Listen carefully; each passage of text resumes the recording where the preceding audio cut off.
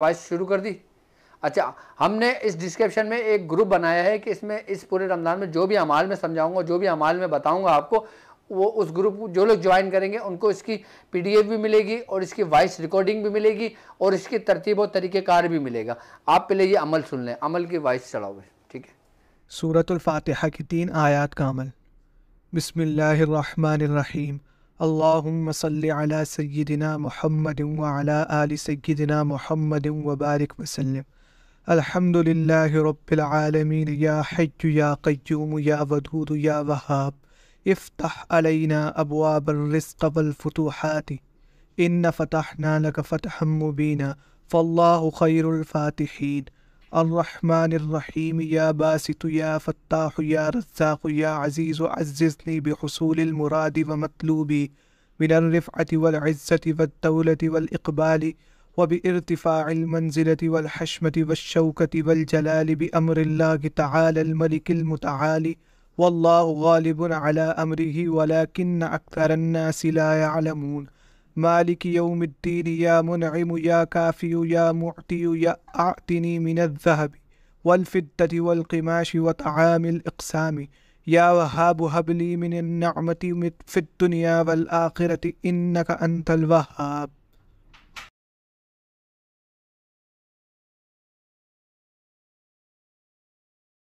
सूरतुल फातिहा की 3 आयात का अमल। बिस्मिल्लाहिर्रहमानिर्रहीम। अल्लाहुम्मा सल्लि अला सय्यिदिना मुहम्मदिन व अला आलि सय्यिदिना मुहम्मदिन व बारिक वसल्लम। अल्हम्दुलिल्लाहि रब्बिल आलमीन या हय्यु या क़य्यूम या वदूद या वहाब इफ्तह अलैना अबवाबर रिज़्क़ वल फुतूहात इन्ना फ़तहना लक फ़तहम मुबीना फ़ल्लाहु खैरुल फ़ातिहीन।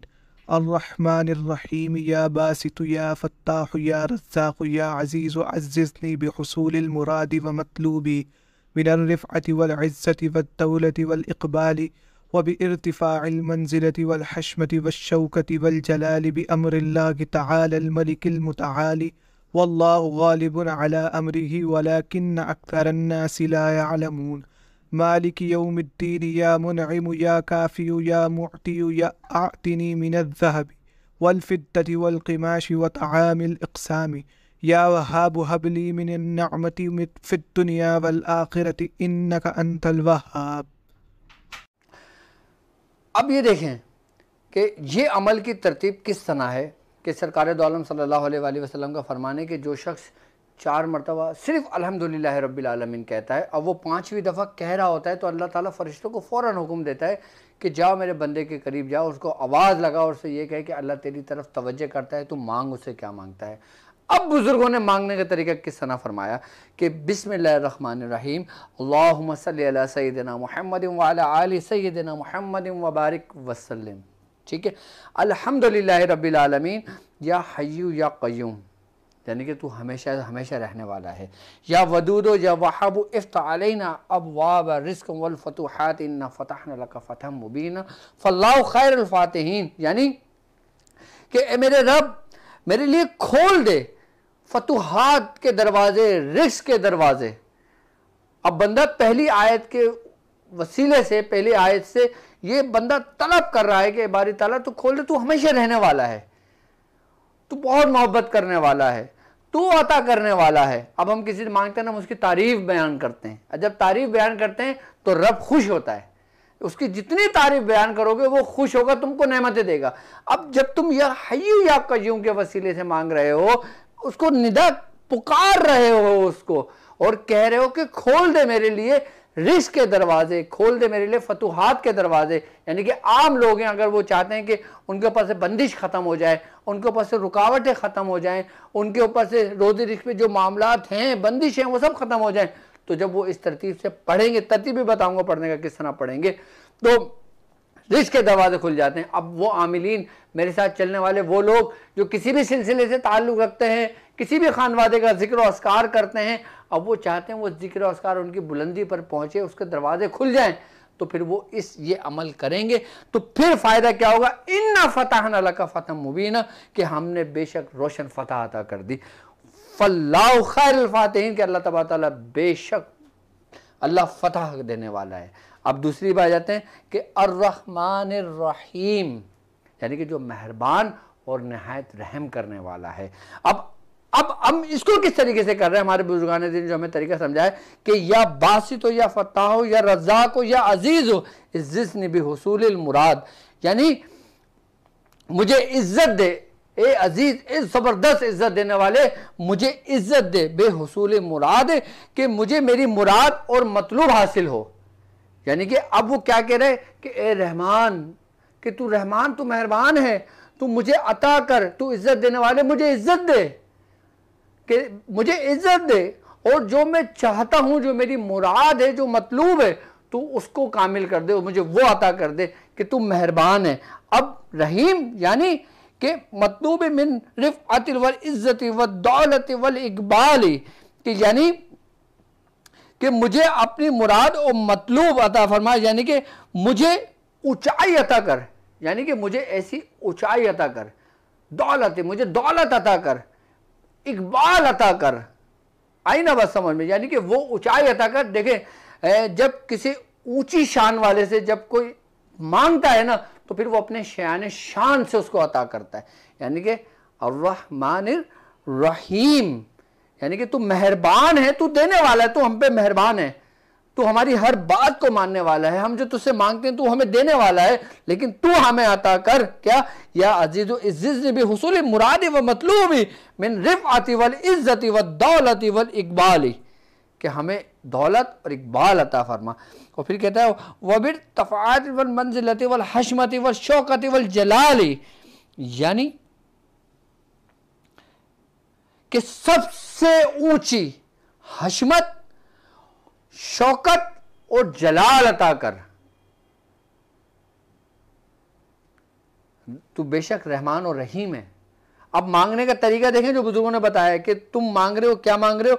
मुझे इज्जत दे, इज्जत देने वाले, मेरी मुरादों को, मेरी मतलूब मुझे हासिल हो, और मुझे ऐसी ऊंचाई अता कर दे, मुझे ऐसी इज्जत दे, मुझे दौलत दे, मुझे इकबाल दे, और सबसे ऊंची हशमत, शौकत और जलाल मुझे अता फरमा। बे अम्रिल्लाहि ताला मालिकुल मुतआल, यानी कि अल्लाह के हुक्म से जो तमाम मुल्कों का मालिक है।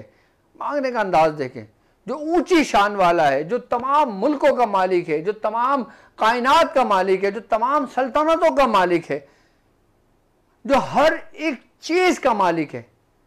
अब बंदा अपने रब से मांग रहा है किस अंदाज से? वल्लाहु गालिबु अला अम्रि वलिकिन्ना अक्सर अन्नास ला यअलमून, यानी कि अल्लाह अपने काम पर गालिब है, अल्लाह तबारक व तआला अपने काम पर गालिब है, और अक्सर ये लोग नहीं जानते। आई बस समझ। अब हम आ जाते हैं तीसरी आयत पे, मालिकी यौमिद्दीन, कि जो मालिक है इंसाफ के दिन का। अब देखो, अब यहाँ क्या मांग रहे हो? देखो रमज़ान है ना, 3 अशरे हैं, पहला अशरा, दूसरा अशरा, तीसरा अशरा। आई बस समझ में। इसकी तरतीब भी मैं बताऊंगा आपको किस किस तरीके से आपने करना है। अगर आप इसको 3 आयतों को एक साथ करके पढ़ सकते हो तो 3 आयतों को एक साथ करके पढ़ लेना। अगर आप ये पढ़ते हो कि मैं पहली आयत पहले अशरे में पढ़ूँ, दूसरी आयत दूसरे अशरे में पढ़ूँ, तीसरी आयत तीसरे अशरे में पढ़ूँ, तो इस तरतीब से भी यह पढ़ा जाता है। ठीक है, क्योंकि ये रमज़ान का ख़ासुल ख़ास सूरह फातिहा का अमल है।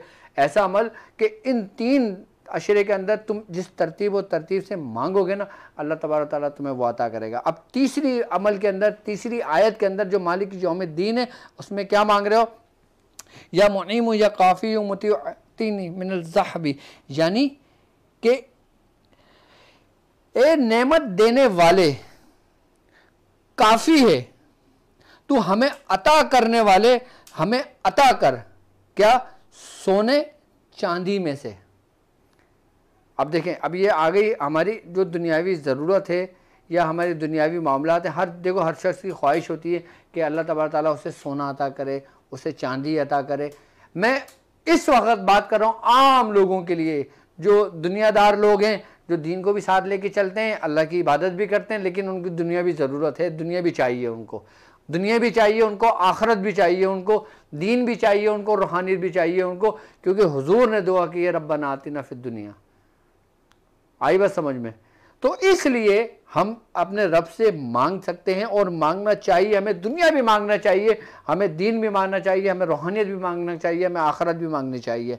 आई बस समझ में कि हमें ए नेमत देने वाले तू काफ़ी है, तू हमें नेमत अता कर। हमें अब क्या नेमत अता कर? देखो सोना भी एक नेमत है, आई बस समझ में, चांदी भी एक नेमत है, आई बस समझ में। वल किमाशी यानी कि घर की आसाइश। अब देखो घर की ज़रूरत, जब तुम दुनिया में हो तो तुम्हें घर की ज़रूरत तो होगी ना। अगर तुम्हारी शादी है, तुम्हारे बच्चे हैं, तो तुम कहाँ रखोगे, कहाँ रहोगे? आई बस समझ में, सारी ज़िंदगी चिल्ले तो नहीं करोगे। आई बस समझ, तुमने अपनी ज़िंदगी भी देखना है, अपनी नस्ल को भी बढ़ाना है, अपनी नस्ल भी करना है। आई बस समझ में, फिर उससे तुम्हारी नस्ल भी चलेगी, फिर उससे और दीन फैलेगा और सिलसिले का नाम रोशन होगा।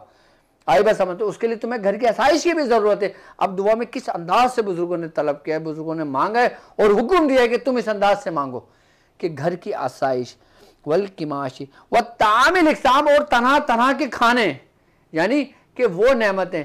अब एक नेमत थी जिसका कुरान में जिक्र है, जो बनी इसराइल के लिए आसमानों से बाकायदा उतरती थी। बनी इसराइल वाले मांगते थे ना, अल्लाह तबारक व तआला की लाडली कौम थी ना, ख़ास कौम थी ना कि बनी इसराइल के आसमान से मने सलवा उतरता। मने सलवा में क्या था? खाने थे ना, उसमें बेहतरीन किस्म के खाने थे, दस्तरखान पूरे पूरे आसमान से उतरते थे, मलाइका लेकर आते थे। तो इस उम्मत के लिए क्या है कि यहाँ बुजुर्गान दीन फरमाते हैं कि जब तुम तीसरी आयत, मालिक की जो उम्मीद है, जो इंसाफ के दिन का मालिक है, आई बस समझ में, और फिर जब तुम इस चीज को इस अंदाज ऐसा तरीके से मांगते हो ना, और तरह तरह के खानों के तकादे करते हो, तो अल्लाह ताला तुम्हें वो नेमतें भी अता करता है जो पिछली कौमों को अता की गई। यानी कि जो जिसके घर के अंदर रिस्क की कमी है, कि जिसके घर के अंदर खाने की कमी है, जिसके घर के अंदर मुफलिसी है, तंग दस्ती है, जब वो तीसरा मालिक यौमिद्दीन के बाद जब ये अमल करेगा ना, तो वो कमी उसकी पूरी हो जाएगी। उसको अल्लाह तबारक तआला गैब से रिस्क भी अता करेगा, उसको उसके घर के लिए। अब जो लोग घर किराए पे रहते हैं, कि जो लोग ये ख्वाहिश रखते हैं ना कि उनका अपना घर हो जाए, लेकिन उनको ये नहीं दिखते कि मेरे बच्चे छोटे हैं, मैं एक जॉब करने वाला शख्स हूँ, मैं कैसे घर लूँगा। नहीं, ये नहीं सोचो मैं कैसे लूँगा, बल्कि तुम मांगो उस ज़ात से जिसने अता किया तुमको वो नेमतें कि जिसके तुम अहल ही नहीं थे। यानी कि तुम्हें आंखें दी, तुम्हें कान दिए, तुम्हारे जिस्म सलामत दिया, तुम चलते हो, तुम फिरते हो, तुम नमाज पढ़ते हो, तुम रोज़ा रखते हो, तुम इबादत करते हो, तुम काम करते हो, ये तमाम नेमतें हैं। लेकिन अब वो नेमतें तुम मांग रहे हो जिसकी तुम्हें ज़रूरत है। अब जिसकी तुम्हें ज़रूरत होती है, फिर जब तुम वो नेमत मांगते हो तो अल्लाह तबारक तआला इस माह रमज़ान की बरकत से वो नेमतें भी तुम्हें अता कर देता है। अब आगे क्या है कि या वहाब हबली मिन नेमती फिर दुनिया वल आखिरत इन्नका अंतल वहाब, के वहाब या वहाब देने वाले, हमें वो नेमत अता कर दे जो दुनिया में और आखिरत में। यानी कि दुनियावी नेमतें भी आपने तलब कर ली हैं, दुनियावी नेमतें भी आपने ले ली हैं, अब आखिरत के नेमत भी आप लोगे।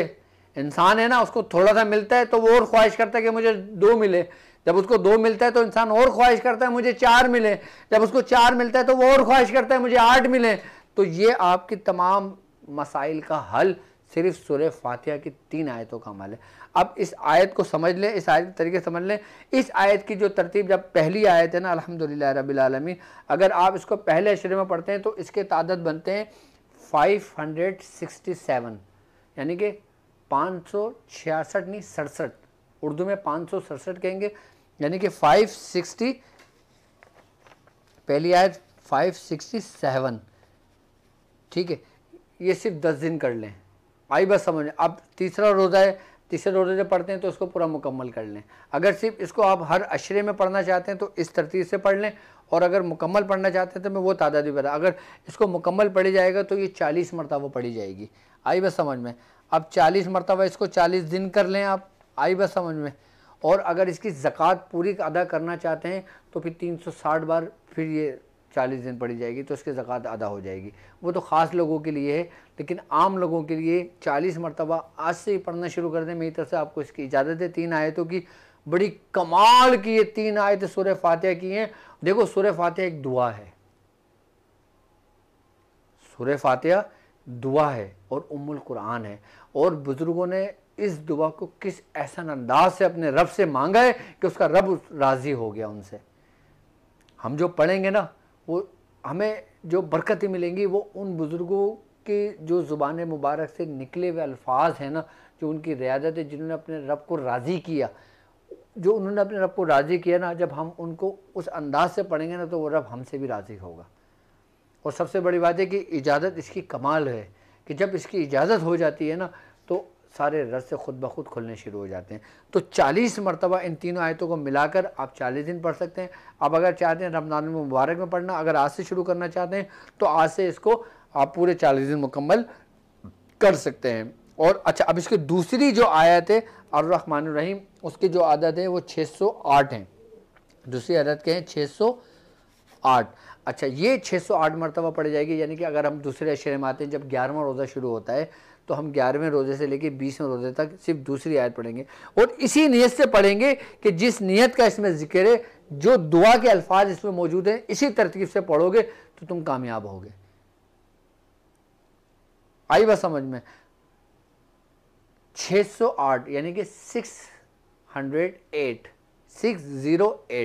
608 मरतबा इसकी दूसरी है। आई बात समझ में?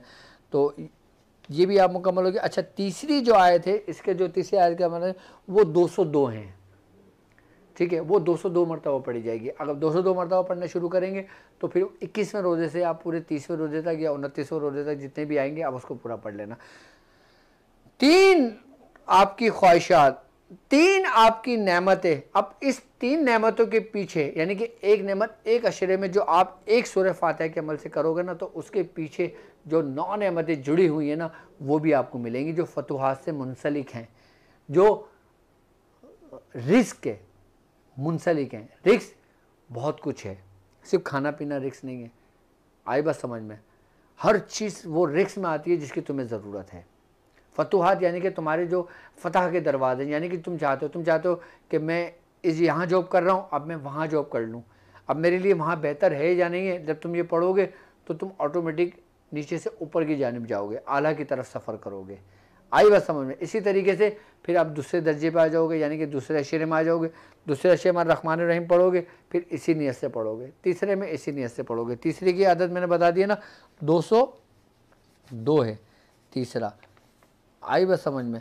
अब इसको पूरा मुकम्मल करके पढ़ोगे तो 40 मरतबा पढ़ोगे। आम लोग 40 बार पढ़ेंगे, मेरी तरफ से इजाज़त है, ठीक है। ये अमल हमारा यहाँ पे मुकम्मल हो गया है और ये हमारे सिलसिला सहरवर्दिया का ख़ास अमल है।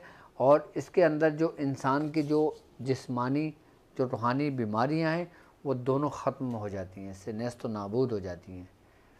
आई बात समझ? जिस तरीके से हम अपने ज़ाहिरी इलाज के लिए हम डॉक्टर्स के पास जाते हैं, हकीम के पास जाते हैं, तो हम उसका इलाज कराते हैं, वो हमारे जिस्मानी इलाज करते हैं। बिल्कुल इसी तरीके से जो हमारे रूहानी मौलिजीन हैं वो फिर हमारे रूह का जो रूह की बीमारियां हैं, जो दूसरी बीमारियां, फिर वो उसका इलाज करते हैं। तो आज का जो हमारा जो ये सेगमेंट था अमल का, वो मेरी तरफ से आपको इजाज़त है। मैंने तरीक़ेकार सब समझा दिए, अमल के बारे में सब बता दिए। अब हम